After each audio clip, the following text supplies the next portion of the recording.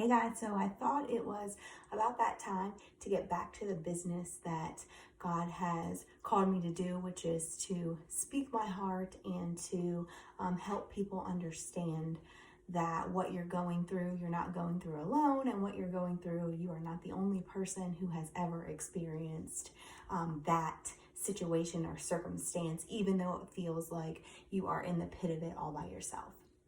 So today I want to talk to you about why that thing hasn't happened to you yet. So from my experience, a lot of times people will look at me, my circumstance, my situation, and then judge me based on the fact that I'm not a wife yet. And so that causes an insecurity in me. So oftentimes I will feel like, something's wrong with me because I'm not a wife yet, and God has forgotten about me because he makes promises, and I know that he put this desire deep down into my heart, and why hasn't it come into fruition yet? And what is wrong with me that I keep making these same choices over and over again? And all of the lies that the enemy will tell us for why we are where we are, or why we haven't experienced the promises that God has placed upon us. And today I went to church service this morning, and the part of the service said that God's promises do not have an expiration date. And that is so true. We place these time limits on the things that we think that God is supposed to do for us. And that is twofold poor thinking. So one of the things is that we're not entitled to the things that society tells us that we're supposed to have.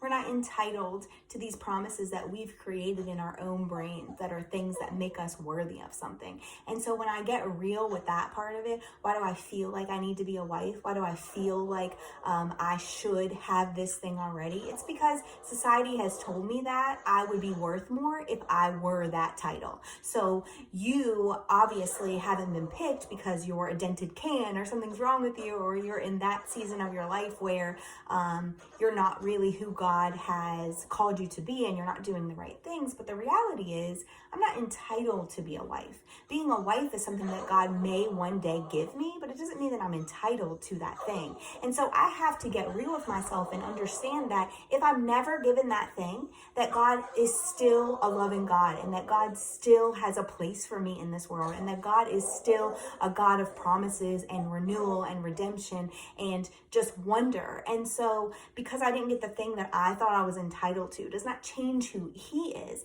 And because I'm listening to the societal standards that say that I'm worth more if I am that, I've placed a stigma with God to say that he should give me what the world says I should have. And that's not the way God works. And then the other part of it is that we have our own timeline, and we say that things should happen by a certain time. And because we've placed those shoulds on God, when he doesn't do things by the time that we think that he should, or by the time that we think we should have it in life, then we say that God has forgotten about us.